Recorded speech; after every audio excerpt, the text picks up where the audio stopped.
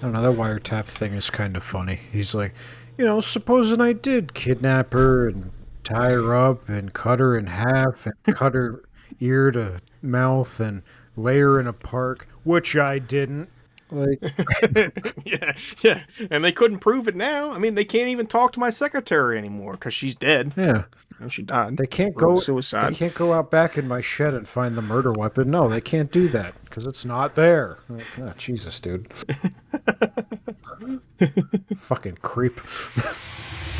Maybe he got a little too cozy with some of these birds. Only explanation I have in where a Fiat Uno could keep up with a Mercedes S280, okay? It's not that I wouldn't fight Mothman. I would beat the shit out of him. We're seasoned. So wait, you mean to tell me they have a festival commemorating the day a man got his shit rocked by an extraterrestrial carrot? My neighbors across the street, they are not real. But a pyramid is the most boring shape. Part Sasquatch, part trickster midget. Welcome to the Conspiracy Kitchen. What's going on, guys? Thank you for joining us in the Conspiracy Kitchen. I'm Joe, and as always, I'm accompanied by my sous chef, Joshua. Hello. And you know how we do. We try to find the secret ingredients behind life's daily mysteries. Today, we got another unsolved murder mystery. I know you guys like hearing about them, and, so we kind of find ones that are a little different. Maybe not as known or not talked about anymore as much because it could be an older one like this one. So we're doing the death or murder of the Black Dahlia. Her name was Elizabeth Short. So Elizabeth Short, she was born July 29th, 1924. So yeah, we're going back. She was down in Boston, Mass, or up, I should say up from us. She had her father's name Cleo. Mother's name was Phoebe. She was one of 5 daughters. Now Cleo, in the 1920s, it's kind of a bustling time. The Roaring Twenties, they called it. He had worked various jobs. He was a builder of mini golf courses. One of his jobs, kind of odd, right? But he did struggle with work, so he didn't have a lot of, he was bouncing around from jobs. So they weren't as financially, I guess, fit as some other families during this time. And then when the Great Depression comes, it was, kind of got worse. But we'll get into that in a little bit. So, she did have, we can get into this a little bit, I guess. She did have some kind of health issues. She was diagnosed with asthma as a young kid, plagued her through her life. The winters up there in Boston, New England are not the best, cold. So it didn't exacerbate her respiratory problems, which we'll get into a little later about her having to move around. She was, noted for being a very, beautiful young woman, charming, and her household was busy but loving. The mother Phoebe managed raising all 5 girls together. Then it kind of went downhill. So in 1930, this is when the Great Depression hit. She was 6. Cleo abandoned the family. The father left. They found his car abandoned on the Charleston Bridge in Boston, and the family believed he committed suicide. The car was there, emptied, and whatnot. Kind of did take a toll on, Elizabeth.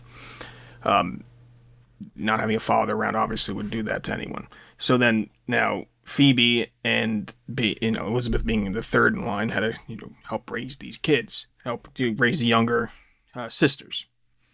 With the asthma and everything going on, they had to move because the doctors recommend warmer climates to alleviate symptoms in the winter. So then they're moving around. So now she doesn't have a stable life situation here. She's got no father, moving around, winters in Florida, coming back up during the summers to live in Boston. I mean, a lot of changes going on. Probably affect a younger child, right, with sense of stability. Wouldn't you think that, Josh? It's gonna fuck up anybody. Moving around in general is a shit show, but then you just add, health problems, a disappearing father, and I do have a question before we continue. Yes. Yeah, yeah, Because he is so random, but he built mini golf courses. yeah. Did they have, why did, they had mini golf back then? Apparently in the 1920s, mini golf was a huge industry, booming. Really? Booming industry, which makes no sense to me why he couldn't find work all the time. So they mentioned it was a booming industry, but he was just in between jobs. They said he was ambitious, but if you're ambitious, why wouldn't he keep a job? To me, I don't think he wanted to deal with all the kids anymore. I think he was trying to find a way out. Or he And just jumped really, off really sucked at making them. I don't know. maybe he couldn't make them. I don't know. Maybe he just wasn't good at making mini golf courses. As a side note here on top of this, I just want to mention that my wife also was, really likes these unsolved mysteries, and this is one of her favorite ones too. And the reason she kind of heard that we were doing it, so she was excited to show me because she's also a big Ghost Adventures. One of the suspects later, Zach Bagans, goes to one of the suspects' houses, because he does all the haunting things and everything, and she likes that episode. So I just want to mention too. This is one of her favorite unsolved mysteries, and one of her favorite shows being Zach Bagans. Kind of tied into this. She was excited that we were going to do this episode. So I love this cold case. I shouldn't. It seems rude to say, but I love. Yeah, but we understand, right? I do enjoy this stuff too.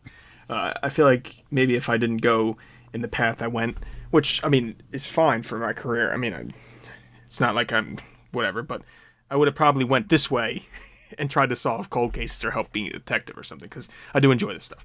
But, yeah, anyway, so getting back to her, all this bouncing around and everything, obviously schooling too was a problem, right? She didn't have consistent schooling. She preferred, because she was daydreaming at this point, she really wanted to be in Hollywood. So she's always daydreaming about that. Just, education really wasn't there for her. She dropped out of high school in her junior year. And, also, she wasn't there too because apparently these health issues with the asthma and everything was really hard on her too. And the health problems, the financial issues and stuff. She never completed, high school, and she wanted to pursue, again, this acting, going out there. So later on, it's kind of funny though. So in 1942, she finds out that her father, Cleo, is actually alive. So like 12 years later, she's like, oh wait, he is alive. So apparently he ditched the car on the bridge and just left. He didn't want any part of it and made it look like a suicide. But he was just moving out to start anew out on the West Coast. And surprise, surprise, that's where she wants to go, the West Coast. Hollywood, right? I mean, he can't build a mini golf course to save his life, but he sure can fake a death like a pro. He can fake a suicide like a pro, like you just mentioned, but he can't build a mini golf course to save his life, because obviously if they're financially strained, he wasn't doing a good job of that, right? Yeah. So then she travels out there to live with him, but he doesn't like the idea of her doing this. He doesn't want her socializing in these situations. Maybe she should have took his advice. And they argued and stuff, and then she just left to do her own thing and not live with him anymore and wanted to be independent. So moving forward around here, now she's 19 years old. She goes and works at Camp Cook, 1943 during the war. So she's worked as a clerk, serving soldiers, or helping them with paperwork, I guess, typing. This is when the whole thing with the newspaper, how they tried to kind of almost villainize her after the murder, right? So in 1943, she was arrested for underage drinking. Not 21 yet, she was only 19, whatever, with a group of soldiers in a bar. She was then sent back to Medford by juvenile authorities. This caused her then to move back to live with her mother and sisters. So now she left there. She's back out on the East Coast. But, obviously she still wants to be an actress. So a year later, motivated again, she's determined to make it to Hollywood. We're in 1944 now. She gets back out there, staying in Long Beach, and then she gets down to L.A. to be part of the film industry. Well, there was her boyfriend in that time. There is, yes. You can talk about him. I'm sorry. No, you go ahead. Yeah. No, because she was told she had to go back to Boston, but she was there for only a little and then went back to Florida. And then she met Major Matthew Michael Gordon Jr., a decorated Army Air Force officer who, you know, they fell in love. Classic She was story. smitten. She was smitten, yeah. 1940, she was smitten. But, you know, it's wartime, so he went away to war, and he was in a plane crash in India, and he was recuperating, and he sent her a letter basically saying that he plans to propose to her, and she's all excited. She's like, wow, this is great. Finally get a happy ending. And then he dies. Yeah. Yeah, he dies. Yes. Unfortunately. Yeah. Very, so very then, unfortunate, yeah. she then, the Black Dahlia name does come from, I don't know if you knew this or not, the Long Beach drugstore. That's where that nickname for her came from, because they always said she had, because of her dark hair and clothing. And it kind of went by, because in 1946 there was a film called The Blue Dahlia. So then they said, oh, she has black hair, we call her the Black Dahlia. That's where that nickname came from. Just a little fun fact if you guys didn't know. So then she spent time there, San Diego, Long Beach, Los Angeles, moving frequently between like friends' homes and finding places to rent. So yeah, then we're almost there. So 1946, by the time, a couple months before she was murdered. So then the night of her murder, or I should say the day of her murder, what do we got going on here? She's in Well, if I may. Yes. She was visiting. She went to San Diego. Yes. With her boyfriend, who happened to be married. But that it doesn't say anything about her character. No. Robert Red Manley was his name. They were in San Diego, and then they came home, and he dropped her off at the Biltmore Hotel in downtown Los Angeles because one of her sisters was visiting from Boston, so she was gonna meet up with her. Now, sources say that the employees of the hotel witnessed her in the lobby on the telephone, just talking really hushed and acting strange. And then she left the hotel. And then other sources say that she was spotted outside of the Crown Grill Cocktail Lounge, maybe a little less than half a mile away from the hotel. Mm-hmm. And that was the last that anybody saw her alive. Yes.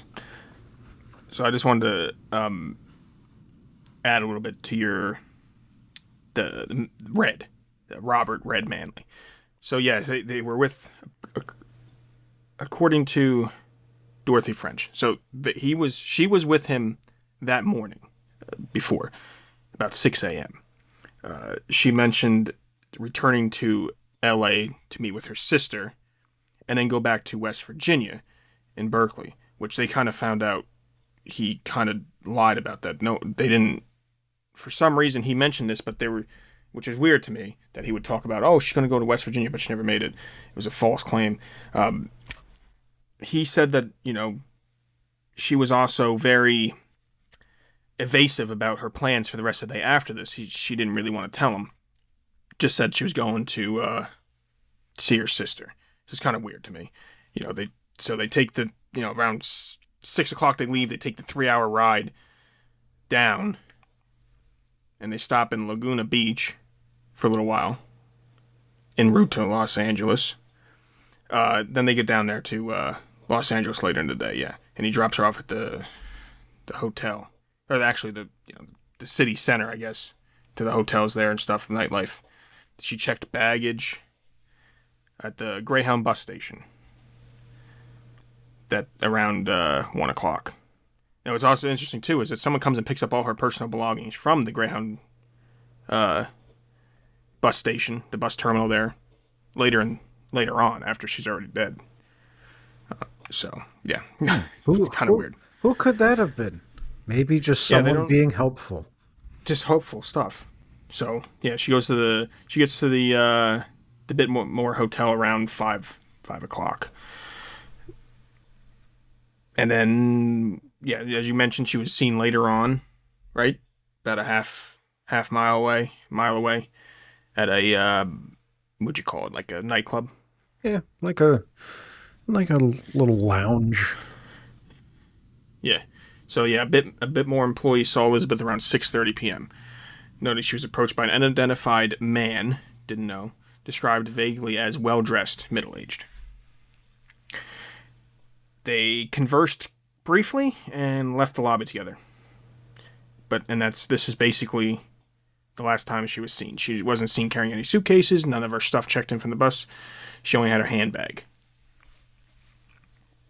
So, to say that he was well dressed doesn't really mean much for the 40s. I mean, it also true. Yeah, everyone was. Well, maybe he was well dressed for the 40s. Then it could be Yeah, I guess, but you wear like a tuxedo to go to the supermarket back then, so. Yeah, you ever see the baseball games back then? They're all in suits and ties and hats. Yeah. How awful. No, it's just a bunch of drunk fucking people in shorts and stained shirts falling off the freaking... Some fat fucking gray sweatpants in the hole of the ass. I can hit better than that. Ugh. Maybe the 40s had the right idea. Ugh. Yeah, so... This is the last time she was actually seen by anyone. This 6:30 by the hotel employee. And then done. That's it. Now, before we get into the nitty-gritty, something that should also be noted about her is when she moved back out to California, she had very little money. I think she got there with something like $20. And, to afford the rent and food, on a waitress salary, it just wasn't possible. So she went on many dates with many different people, mainly just to have somewhere to stay and food to eat. So that's what I would think, yeah. Yeah. So I don't know. It's very hard. This is why it was hard to pinpoint who could have done it, because it countless people. But yeah, go ahead. No, yeah, you're on the ball there. So you could even think, well, she's with a married man, right? But yeah, we can get into that later. All right, so they find her. They find her a few days later, January 15th, 47. A vacant lot, west side of South Norton Ave, between 39th Street and Coliseum Street. About 10 in the morning. This area was developing. It was a middle-class residential neighborhood. Many vacant lots due to post-World War II suburban expansion. So they were knocking old stuff down, knocking stuff out, ready to build. It was a very... To me, the crime scene to begin with is just very, you're going to see this just walking by. So this guy had some confidence. He wasn't trying to hide her, right? It's just an open lot, undeveloped grassy lot with sidewalks all around it. I mean, people would be walking by all the time. So, yeah, it seems like it was placed here deliberately to be found. Almost like to leave a message. It was, because she was even, posed a certain way. Posed. Like her arms were above her head, like she was posing. Yes. So around 10 in the morning that day, a woman named Betty was walking her 3-year-old daughter when she noticed what she initially thought was a discarded mannequin. don't know, a mannequin. I don't know why. I don't know. So she went over to it and was like, "Oh shit, yeah, this is not a mannequin. It's a human body, severed in half," and ran to a nearby house to call the police. So yeah, right off the rip, I don't. A mannequin, bro. Okay. So then the police department arrived shortly after the call, followed by detectives from Homicide Division. They secure the scene. There's onlookers, reporters all around. You know, you can't, now all of a sudden there's a ton of crowds. It's kind of complicating the thing. And as you mentioned before we started that the LAPD kind of fumbled, like they always, like in every case we talk about, right? They fumble the ball. Well, even in the Jeanette case, right? They fumbled it. No, they fumbled it now for sure. But this was before they had laws in place regarding the media and how close they can get to a crime scene. So the media often, like reporters, would beat police to scenes. So in this case, they got to the scene before the cops did, and they were stepping all over that crime scene, fucking everything up, taking pictures up close. And yeah, which sucks. You should be charged with obstruction, but probably now, right? Yeah. Oh, now for sure, yeah. Yeah, so when they find this body now, obviously this was not just some random crime. This was deliberately done, and they kind of, in their disgusting head, and it seems like they enjoyed what they did, right? You would probably think that. So her body was severed at the waist, where the upper half, her torso, her head, her arms, was placed about a foot away from her lower half, her pelvis area, and her legs. They were still in line, but just not connected anymore, just separated. It's kind of gruesome. The arms were bent at the elbows and raised above her head, like, say you're like, when you get down on your knees, you put your hands on your head, kind of like a surrender thing. That's how it was head up. Legs spread apart in like a V shape, exposing everything down there. So, like, kind of like humiliating kind of a pose, I guess.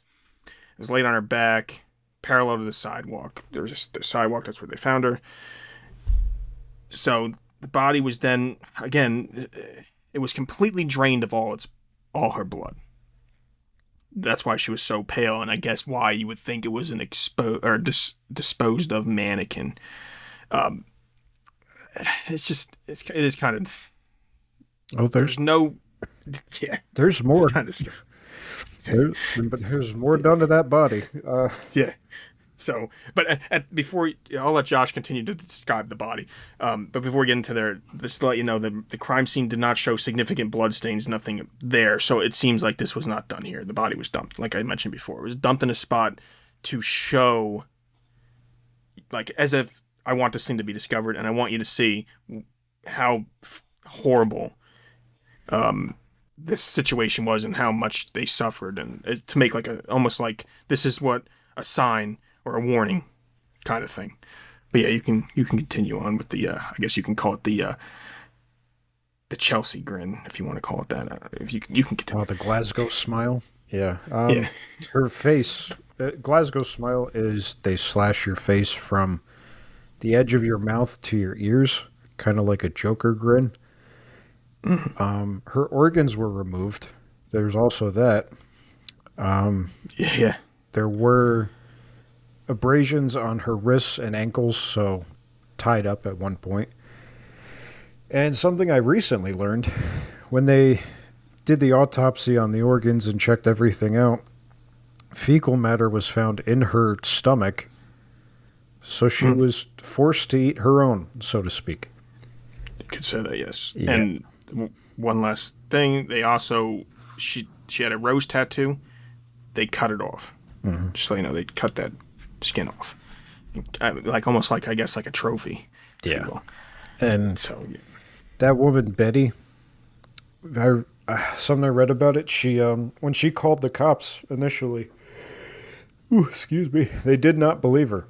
They were like, she's like, yeah, there's a body in the brush over there. And they're like, well, Are you sure? And she's like, well, fucking yeah, I'm looking right at it. They're like, all right. We'll go check it out, I guess. We're going to have to go do our job now. Yeah. You've got to be kidding me. Oh, fuck. Yeah, this ain't good. Oh, she got hurt. Now, in January, obviously, it's cold. It was a cool morning. Upper 40s, I would say. But the body didn't show signs of exposure or anything like that. So this would say that, yeah, pretty much the murderer did what he wanted. It was going to be found not very long after it was dumped. Again, like I said before, something like a warning, a sign to someone. Don't. This is what happens, and it could be someone that, other people that know something, and they're like, oh shit, we're not gonna done. If you go to like a mob thing, but yeah, no belongings around, no murder weapons, no nothing, just an empty lot, grassy lot with this mutilated body where it was found. Yeah, which surrounded by a bunch of footprints. Could be from the killer, could be from one of 95 reporters that were just stepping around the crime scene. Helpful. Which is another, so when you would think they're smart enough not to just destroy the crime scene before getting there, right? You would hope so. But I guess they don't care. I guess whoever gets the best picture gets the most money. Whatever. That's exactly what it was back then. It's like, I'm going to get this on the front page tomorrow morning, by God. Fuck you. Get out of the crime scene. Yeah. And to get a little bit more in here, so like the whole thing that happened here, like they believe the primary cause of death was hemorrhage and shock due to blunt force trauma to the head. But the other stuff, the lacerations, the bisection of the body, severing it at the third lumbar, with a clean cut, all this stuff kind of points to someone who probably knows anatomy very well, and probably someone who probably has surgical experience, if you ask me, right? To know exactly what they're doing here seems like this is something that's either been done before and perfected, or it's their profession, surgical, on the other side, right? Like an actual thing for helping people. They know what they're doing. They went to college for it or something. Mm-hmm. So that's just me. If you're going to have this much, these clean cuts to separate and everything, to remove these organs, to drain the blood, all this stuff, looking like it was done with surgical, like a surgical saw that did this, I feel like this is something you're familiar with. This is not a one-time. This isn't the first time you did this. Right. Plus, the body was cleaned. I don't know if it was cleaned with gasoline or what it was cleaned with, but to kind of like kill any traces of touching it, yeah, it was completely cleaned from head to toe. Yeah, and as you mentioned, only fecal matter was found in her stomach. There was no food found in her stomach, so she was she hasn't eaten prior to this. Like, when they saw her, whoever got a hold of her, she did not eat. So this was an ongoing thing. And yeah, like you mentioned, the body was meticulously clean. This thing had there was like no trace of blood on it when the body was discovered. No blood or no drugs or alcohol were found in her system. Even though, 1940s, maybe they didn't have the exact, couldn't find trace amounts at that point, but the autopsy shows no drugs, alcohol in the system. And then it gets a little creepy. I know this already was creepy, but January 21st comes, and a person claiming to be the killer calls the office of James Richardson, the editor of the Examiner, and congratulating him on the newspaper's coverage of the case, and stating that he eventually planned on turning himself in, but not before, playing with the police a little bit. And then he told Richardson to expect some souvenirs in the mail. And then, which is creepy. Don't get phone calls like that. It's weird. Yeah. And then a few days later, on January 24th, the package arrives, right? Sure does. They get a big manila envelope. A lot of her belongings were in here. We got, her address book, and there was a page missing from the address book. Birth certificate. How do you get a hold of these things? Social security card. Photos, newspaper clippings. Then there was a note in there. The note was, like the typical TV shows. It was a bunch of newspaper letters cut out instead of no handwriting. I guess you don't want to. It's like the movies. Here's Dahlia's belongings. Letter to follow. However, no other follow-up letter was received. So I don't know. The package was doused in gasoline, I guess to destroy fingerprints. So no usable prints were found back then. And it's probably from the killer or an accomplice of the killer. Kind of, so how are they going to get the stuff? Unless that stuff was at the Greyhound station. I'm assuming, I guess it was.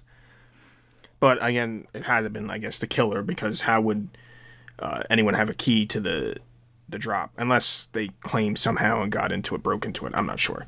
But, yeah, it's kind of weird, right, the package? Yeah, I have a theory. And it's because back then, I mean, no, all throughout history, prostitution's been a thing, obviously. Yeah. But back then, girls go to Hollywood all the time to be a star. So, yes, when that happens, a lot of times these pimps will be waiting by the bus station and say, hey, you're beautiful. I could use you for something, and lure them in. And then take all their belongings and force them to, work for him. I have a feeling maybe this happened with her.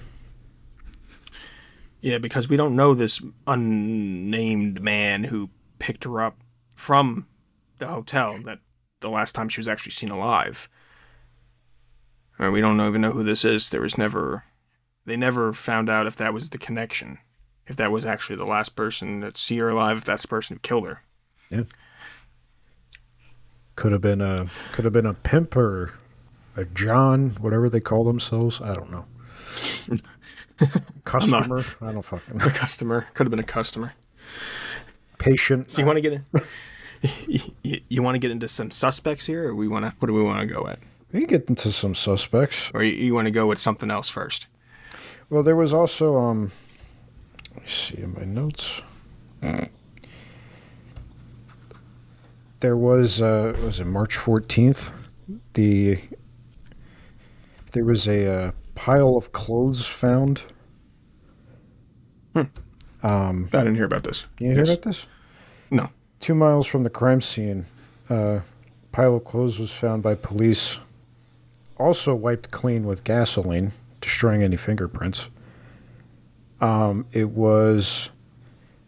There was a suicide note, or an apparent suicide note, tucked in the shoe.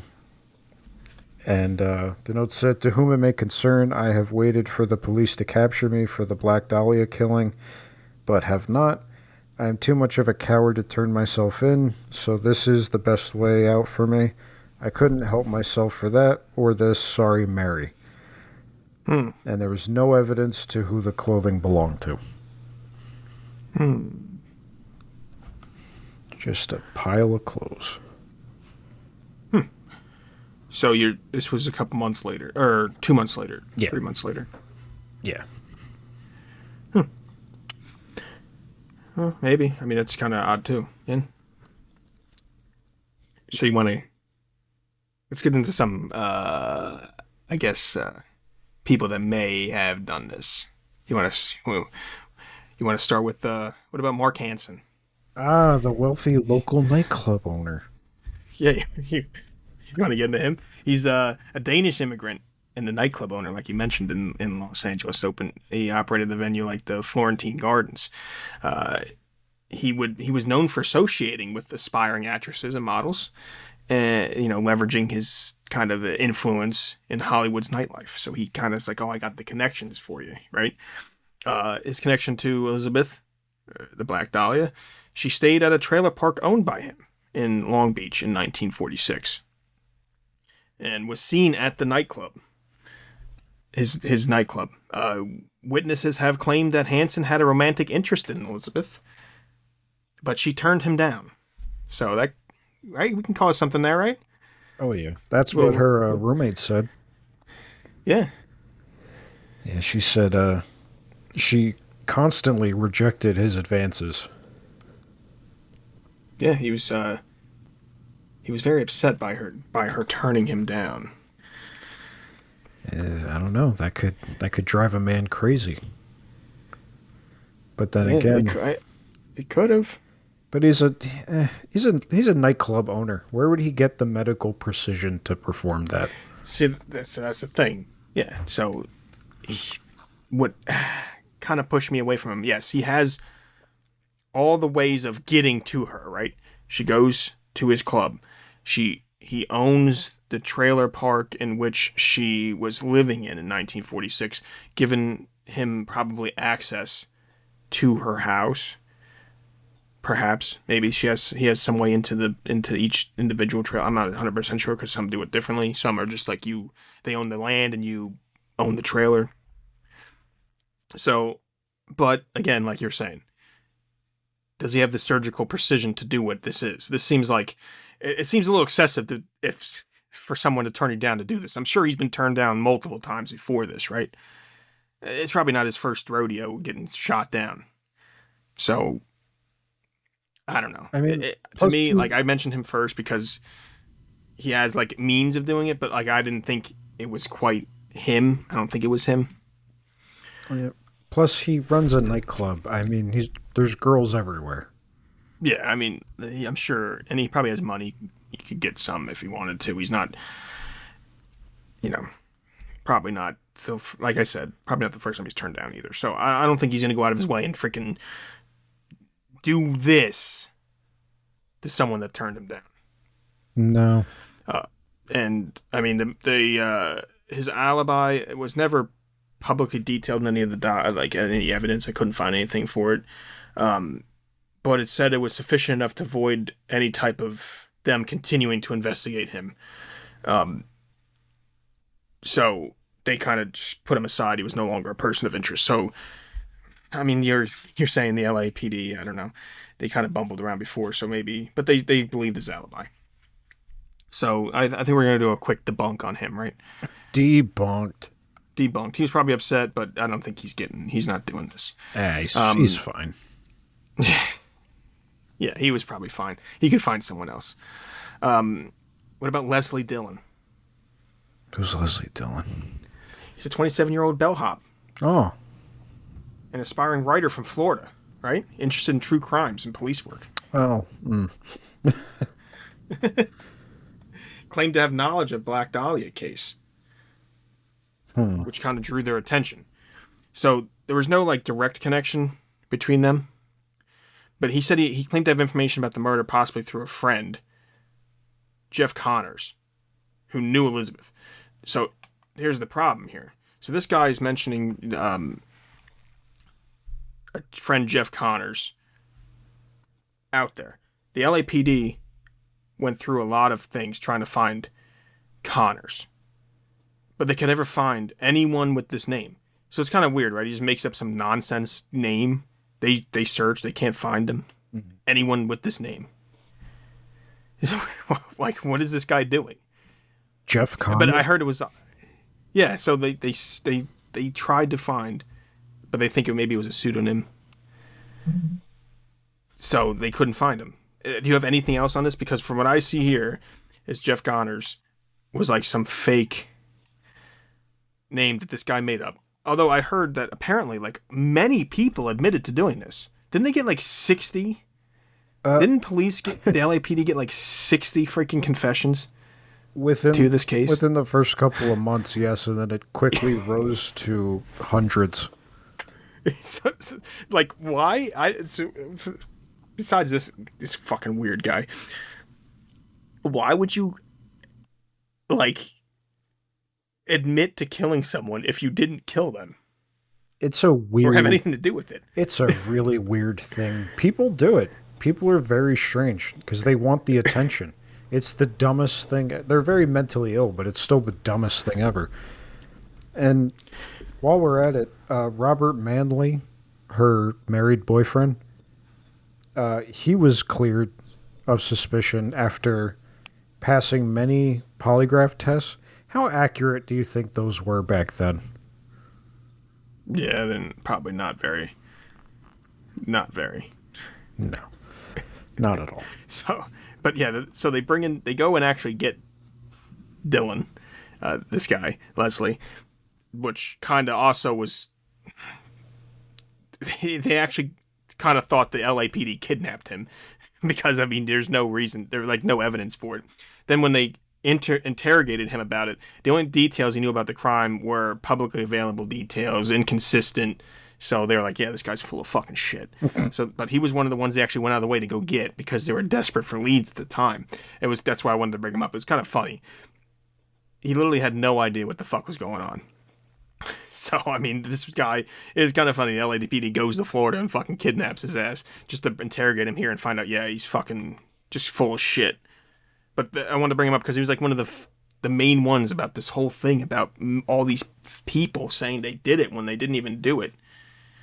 Jeez, that's a good, use of resources to kidnap a man in another state. Well, they were desperate for leads, dude. And this is another one where, this is where the police also bumbled. They got another, I think it was a phone call or another letter from the supposed killer saying, "I'm ready to turn myself in. Meet me, at this location at this time on this day." And what is the first thing they do? They go and tell the press. They fucking post it in every newspaper in the fucking state.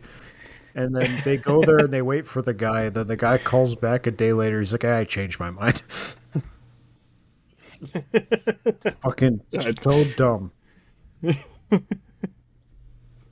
It's, yeah. We got another guy here, which we brought up before. Robert Manley, right? 25-year-old married man. He's a door-to-door salesman in L.A. He served in the Army during World War II, like a lot of people his age did, and did have a history of mental health issues at the time. He was, again, the last person besides the unidentified man to be with her alive, dropping her off in Los Angeles when he drove her down from San Diego at the Bitmore Hotel. They met that unknown person, and he admitted to having a brief, romantic relationship with her, even though he's married. So, again, like, I wouldn't think he did it, this guy himself. If anyone was going to do it, it was probably his wife, right? Would have someone do it. But would she be nuts enough if her husband's cheating on her to know who he was cheating on her with to do this type of murder on someone? And I don't see you wanting to do that. You know what I mean? Nah. She would have to have a strange group of friends that she could rely on to pull this off for her. Yeah, exactly. And again, this guy took a polygraph test. He passed it. Were they reliable? Probably not. No. He was very cooperative with police, and he seemed to be emotionally distressed. Some investigators thought it was genuine. Other ones thought it was suspicious, but there's still not much. With him, why would he do it? Why would he just kill this? He's having a little fling with her. Why would he kill her? I mean, he was a traveling salesman, so he had access to houses, but again, why would he do it? There's no reason. There's no motive really behind any of this, and that's one of the big things. You want to find some motive. He was with her at the end, but again, that's probably just wrong place, wrong time, right? Well, see, here's the thing about serial killers that people often forget. Police always try to find a motive. They're like, oh, who did she know? What was she doing? Serial killers don't always have a reason. They want to get their rocks off, so to speak. And they have, they find random people and they kidnap them and they kill them. It happens. It happens every single day. And Yeah. there's not always a motive. Sometimes it's just, they need. Yeah, it's true. So it could have just been some random person that no one related to this case, including her, had ever met. So, like the person I was going to bring up next, Jack Anderson. The transient alcoholic who lived out there on the, because, they're on Skid Row over there. Close to there, the bus station was by all that, the homeless. So you have him. He's known for petty crimes. He's got a criminal record. He died in a hotel fire in 1982. Unrelated. But again, there was no confirmed connection between him and Elizabeth. But later on, he had a confession. He told an author, Gilmore, about details of the murder. But the thing is that made him kind of like, what's going on here? He knew things not really publicized. Only the police knew. So he gave up information. Now, why? You know what I mean? Like, how would he know this stuff? Although, again, he's an alcoholic. Someone like him, would he have the precision to do what he did, being an alcoholic? I don't know. I don't know about that. Unless he's better, he's straighter while he's drunk. Well, was he branded an alcoholic back then or in the 80s? Yes. Yeah, no, he was branded an alcoholic back then. He was arrested several times, petty crimes, alcoholic, homeless, bombing around out there in L.A., and he died later on in the 80s.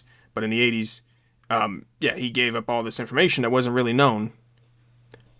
Now, the reason he might have been able to run into her is the thing that, because Wilson went to a lot of bars in L.A., and in Hollywood, he was an alcoholic. He was always in these things. Anderson, his full name was Jack Anderson Wilson, a.k.a. Arnold Smith, or Arnold Smith. I don't know why he has like a million names. I guess just because he's a drunk.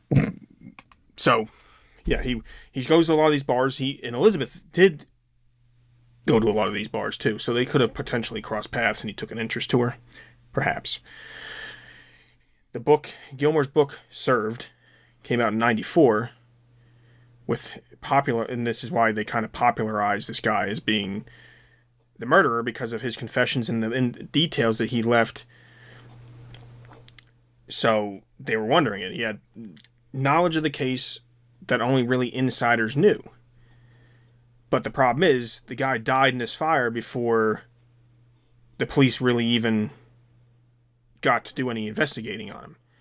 And he's an alcoholic. I mean, being an alcoholic, is he gonna freaking have the precision to do this? No. And I have another theory about that. Yes. About this guy in particular. So a lot of times, serial killers like the thrill of almost being caught. So what if he met the actual killer at a bar? Oh, yeah, you know what, yeah. And the killer told him all about the murder, because who's going to believe a stinking drunk?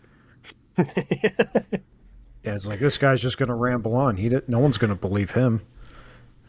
Yeah. And yeah, that's like a thing. Serial killers, like, they love the thrill of almost being caught. There's my favorite Alfred Hitchcock movie. It's called Rope.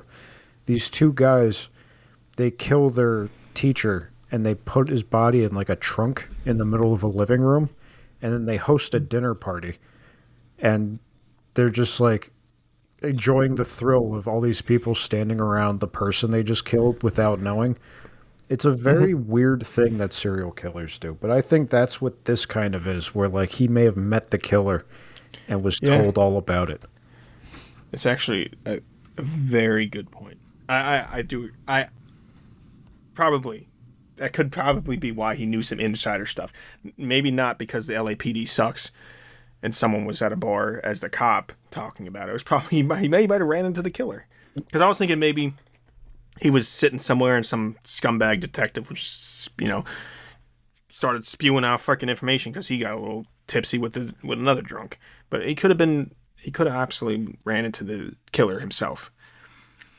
100%. Probably, maybe. Maybe. Maybe. Could be. So, you want to get into this guy, which is a big, I guess, one of the big suspects, the one that my wife thinks did. George Hodo. Mm-hmm. Oh, yeah. Prominent L.A. physician and surgeon, right? Right off the bat. Well, he's not looking too good, right? He's a surgeon.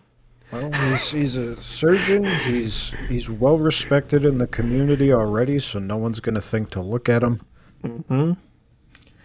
He lived in Hollywood.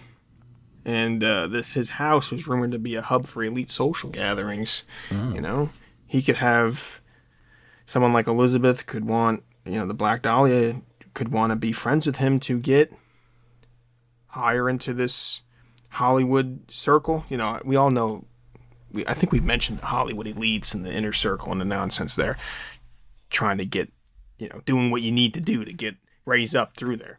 So there was a book, I believe his son Steve Hodel, right? He used to be an LAPD detective. His own son says he's the one that did it. It was my father. Tattletale. Unreal, right? So his father beforehand, I don't know what's wrong with this fucking guy. He was charged with what do you want to call it? Incest. Ugh.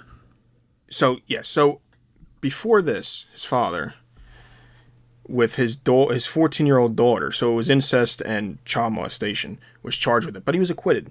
Somehow he was acquitted. Not long after that, his daughter had a daughter, which could or could not be the guy's daughter. So, yeah, he's a fucking weird guy to begin with. You can look this up. He's a weird fucking guy to begin with. He's alleged by his son. There's no direct evidence kind of placing together, but George apparently was seen with a woman resembling Elizabeth at the Bitmore Hotel on January 9th. So they had surveillance tapes. In 1949, the LAPD wiretapped his home during a separate investigation. We all know what that is.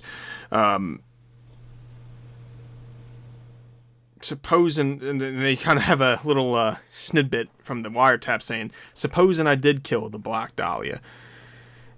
Which is weird, right? Why would he say that? But again, he could say, well, whatever. They couldn't prove it now. They can't talk to my secretary anymore because she's dead. Huh? This is apparently from a wiretap from this Steve Hodel, who was an LAPD detective. So this guy was a shit. He was a shit. So then his secretary... See, he knows... I mean, it's almost like he knew it was wiretap. So the way he worded it and stuff... Whatever. So the secretary, Ruth, his secretary, committed suicide in 1945. Well, supposedly committed suicide in 1945. So a lot of people are dead around this guy for some reason. Now, like I mentioned before, surgical training, right? Mm-hmm.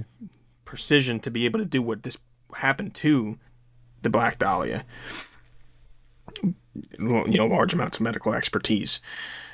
He had, he could have met her because, again, like I said before, his elite circle could have overlapped some of Elizabeth's social network kind of thing, like, no friends that know friends and trying to move up, trying to get to know higher ups. Like, they might even think, like you mentioned before, I think you mentioned, he could be the Zodiac killer, right? That's what his son thinks. He believes that he committed the murder in 47, then, went around San Francisco and became the Zodiac killer. I do find fault in that just because, yes, both killers toyed with the newspapers and the police, so that's extremely similar. However, the actual murders were very different. Like, Black Dahlia was surgical, precision, clean, everything. Zodiac killings were kind of like people getting stabbed by the lake and shot in a car. I don't know. Maybe I'm just a stickler. I don't know. Maybe he wanted to up his game with this one. But yeah, I can see where you're kind of. And why does his son have such a hard on for him? You know what I mean? Yeah, He just wants, I the don't dude's dead. Fucking put it in the past, man. know. He's got a. He wrote a book, Black Dahlia Avenger, in 2003. If you want to, look at reading that, why he thought so.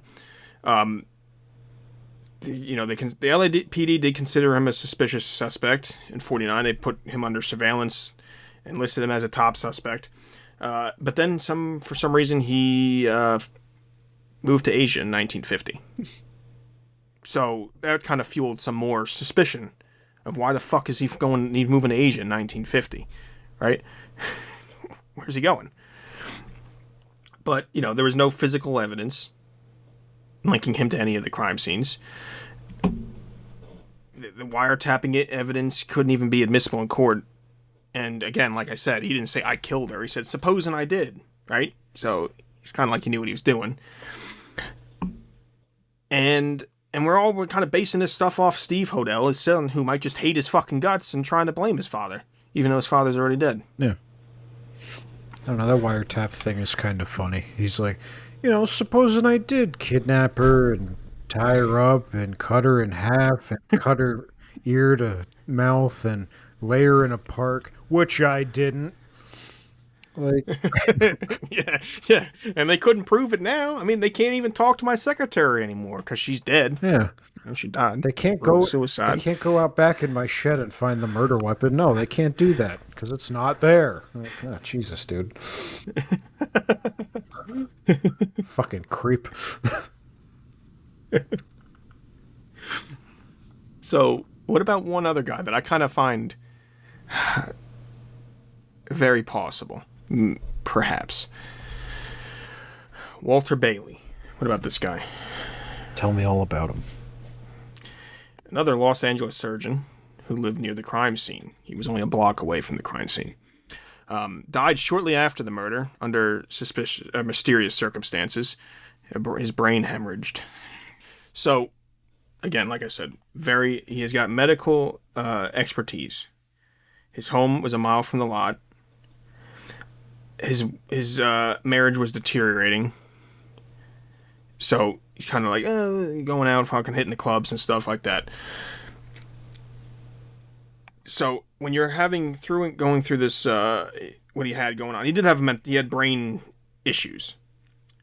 They said that it makes you very angry, violent at the time. He didn't live far from her. So, again, like, this is possible, right? He could have ran into her. They just had... The problem is they only have circumstantial connections. They just kind of live near each other. But what happens if he just decided to run into her one day and he's all fucked up because his brain's failing him and he has all these problems? Yeah, and his wife's being a bitch. His wife's being a bitch at home. His brain's failing. Somehow he has a brain hemorrhage. Now, the thing is, like, a lot of people think that maybe the brain hemorrhage was kind of odd. Like, it's suspicious. Maybe someone actually did him in to kind of shut his ass up. Maybe it was his wife. Maybe it was his wife. Right? He served in the this guy did serve in the military. He lived like I said, he moved not too far. His wife's name's Ruth too, which is kind of weird, right? The secretary's Ruth, his wife's name's Ruth. I don't know. I'm just a weird connection I had. Lots of like I said, surgical training. So his death certificate said that he died of, I can't even say what the fuck word it is, but it's a condition involving brain tissue softening and shrinkage. It's like Alzheimer's or other forms of dementia. Like I said, these cause aggression, personality changes, memory loss. He might not even known he did it. He was admitted into the hospital on January 9th, 1948, basically a year later, or 2 years later. Then he kind of his remains removed for some reason after this. which kind of makes me believe some kind of cover up. Like, why do you need to move? Why do you have an initial burial? And then April 23rd, 1949, you move the remains. You know, again, that's something else that's just kind of stupid to me. I don't know. So that's, I don't know, I'm trying to get out of here, but that's what I feel like. He's just a weird guy in the area. Yeah, because people would say, they'll be like, oh, well, if his mind was all fucked up, how was he able to do the killing with the precision and all of that? When I feel like when you're that trained in medical knowledge and you're going through something mentally, I feel like your brain automatically clings to what it knows the most, which in his case would be surgery. Yes. So everything else could be fucked up, but he could do that perfect, like riding a fucking bike. But yeah, I don't know. That's just my 2 cents. But him, it's kind of like him dying exactly 1 year later. Kind of goes into the occult theory. I don't know if you had like a theory on the occult, like an occult thing, because the way she was murdered on top of it could be some kind of ritualistic murder. See, that I don't know, because I feel like the ground around her would have had more, like, I don't know, occult things.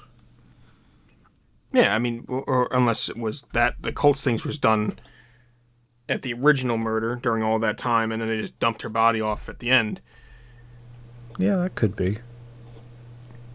So that's what I was kind of going with on that. And then he dies exactly 1 year later. That is their cult's way of keeping his mouth shut. So maybe like he was silenced later on. Maybe this guy, because maybe he's in this occult, this ritualistic thing. They know he's a surgeon. But 2, he has this, brain disease.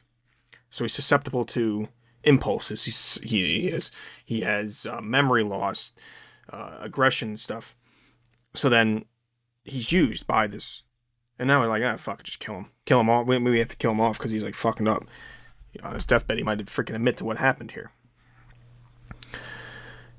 And then what's kind of weird is that, like, right after he died, his wife claimed that this other person, Alexandra Partica, said that they knew a terrible secret that he kept and didn't tell anyone after he died. And then no one they never go after to check this person or anything like that. Mm-hmm. So it's another kind of a weird thing. She was just surrounded by fucking weird people. Yeah. I don't know. Yeah. See, that's why it's a cold case, because there's too many variables, there's too many people involved, and there's too many reporters stomping over the crime scene. Yeah. Destroying everything, right? Yeah. Probably kicking the body around. Move her over this way. Fuck you. Yeah. Could they have even freaking moved her arms around? Oh, you think rigor mortis set in? Do you think they moved her arms? Put her in a different pose? Put the arms up to take pictures of it? Put her finger in her nose? No. Sorry, that's mean-spirited. So what about the mob? What about the mob? You don't think there's any type of origins of some kind of mob criminal activity? No, because she would have been. I feel like had she been connected to the mob in any way, she would have been better taken care of beforehand. Like if she was a mob gal, versus having to go on dates with a bunch of different people just to eat. But I'm not. So what I was kind of get at it with the mob theory was I wasn't going to necessarily think that she was part of the mob, or a mob gal, if you will. What if the original, remember that guy we mentioned before, the nightclub owner? So as we know, the mob, kind of, don't they kind of persuade places like this, pay your protections? Yeah. No? Yes, no? Yeah, of course. So I'm as if this guy pissed them the fuck off. the mob, right? They see him going after this Elizabeth, always trying to get her. She's turned him down, or whatever.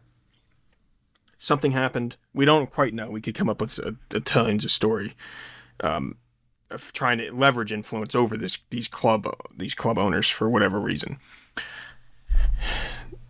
Like I said, he does something. He pisses them off, owes them money, whatever. Instead of destroying the club, as if they met, they see Elizabeth, they follow her to the club. They send one of the guys, picks her up, right? I mean, we have to find the surgical side of it, but what if this whole thing was set up, the surgical position, the murder, and everything? Remember, it was on public display in an area that you can easily find it. What if this could be a message to someone like the club owner?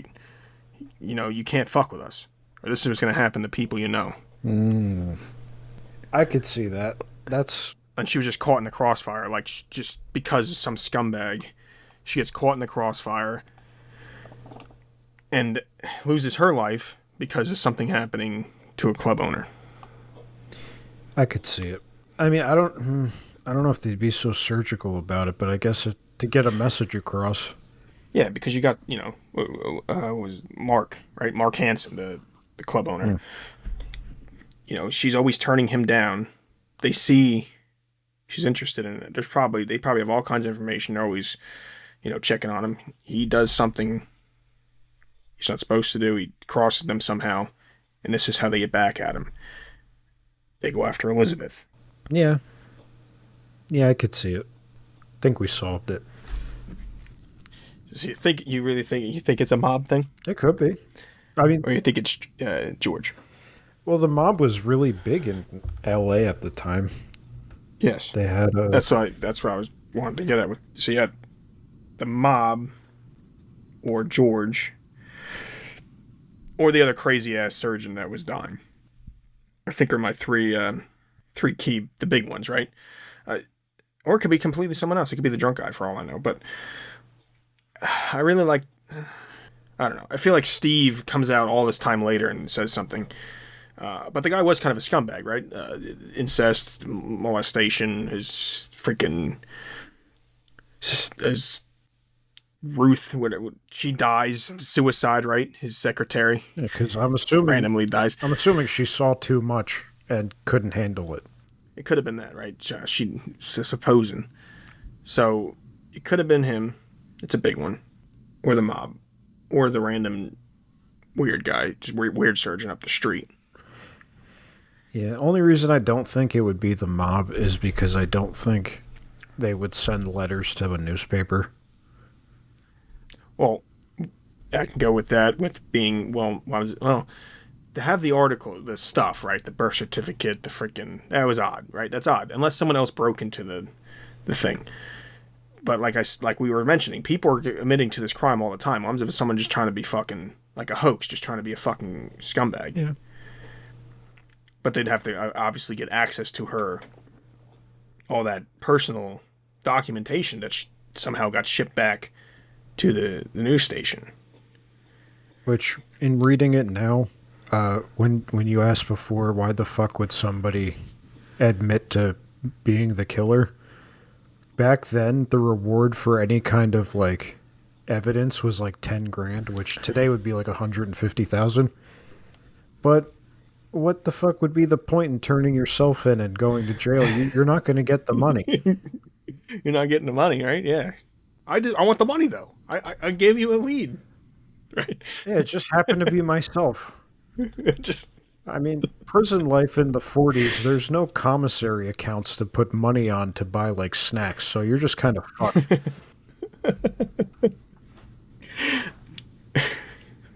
Yeah. So, don't turn yourself in for the money. Don't do that. It doesn't work. No, never. It's never benefited anybody.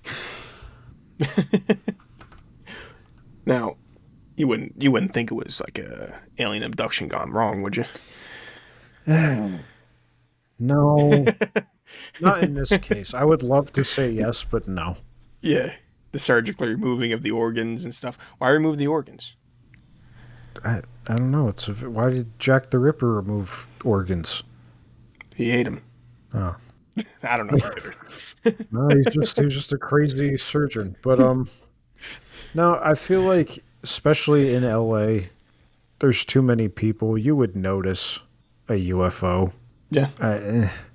But no, I genuinely think it was one of the surgeons that we've mentioned. I don't think it's the drunk guy. I think he was told about everything after the fact. Yeah. And I don't think it was any of her boyfriends because they all seemed kind of stupid. Yeah, I don't think it was the married man either, because there's no reason for him just to do that. Even if his wife found out, I don't think he'd be like, "Oh, I'm going to go kill her." That's not going to solve anything. His wife already knows that he's a cheating piece of shit. So then it doesn't help. Yeah, Oh, don't worry, honey. I'll just kill her. Everything will be fine, right? No, that's not how it's going to work. And I don't think the wife would go through all that to send the husband a message to say, "Hey, yeah, don't cheat on me," because then that's just I don't know. That seems too much. yeah. So I don't count any of them. No. Yeah, don't cheat on me, or else I'm going to surgically remove her organs and drain her. Like, no. If you cheat on me one more time, no. Where'd the father go? Where'd Cleo go anyway at this? I don't. He was just there. He was just working, being himself. Building mini golf courses. Ugh. I mean, obviously the guy didn't give a fuck. He faked suicide and went across the entire country to get away from them. That's probably it. I shouldn't say it, but that's like the funniest part of the story. Like you build failed mini golf courses, lose everything, and then fake your death. This guy rules. Yeah, so as much as I didn't want it to be, because I want some kind of crazy fucking answer, I think it was George. Why would you say that through a wiretap? Well, yeah, obviously he doesn't know he's wiretapped, but why would you say that on the phone? Oh, supposing I did kill her, secretary don't know anything. She's dead. You can't ask her. You can't question her because she suicided. I think, well, she suicided before. Yeah, like 2 years before. But still, maybe he killed someone else, and she was there to witness and couldn't handle it. But to me, just why would he? So it doesn't even make any sense why he said it. She was murdered. She committed suicide before this even happened. So why the fuck would that even be a sentence? You know what I mean? Kind of sounds like a horse's ass. Yeah. So I don't understand that. Unless it meant something to do with, ask her if I'm a violent person. She's dead. You can't ask her. My hammer's in her forehead. All right. Well, supposedly. Oh, Jesus. Supposedly. And then he flees to Asia. He flees to Asia. Of all places. Go anywhere else. Anyway. No, I think it was him. Yes. Sadly, this is cut and dry, I guess. It is. It's a poor choice of words for a wiretap. He basically said, yes, I admit it, I killed her. Supposedly. He's a fucking idiot. But I think the murder weapon's out back, but it's not there. Yeah. There's, it's like those old movies where you see them take the wrench off the wall, and there's the little, there's the silhouette of where the wrench used to be, because it's painted on the wall. You just see the murder weapon gone. Yeah. Fucking guy. But yeah, I think we solved this one. I think we did good work, and yeah, I think it was pretty cut and dry. I don't think there was much thought into that one. Yes. Although it's still, obviously unsolved because they can't. I guess wherever George is now, he went to Asia. He's probably dead. He's dead. He's dead. Definitely dead by now. He's dead as shit. Yeah. You can't prove anything, but it's proven.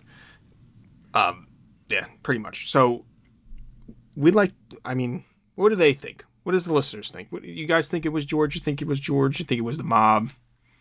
The crazy drunk?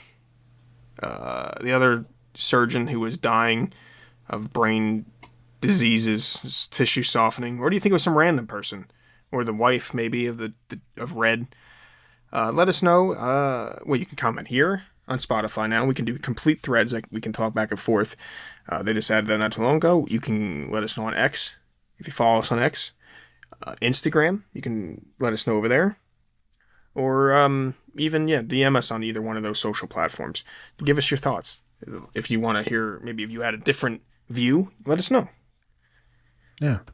Let us know who you think did it, and we'll tell you why you're wrong. We'll let you know that no, it was George. Yeah. No, it was suicide. It was a suicide, just like the secretary. Yeah. But yeah, that's all I got. Did they have Ovaltine in the 40s? I think, yes, they did. I think they did, right?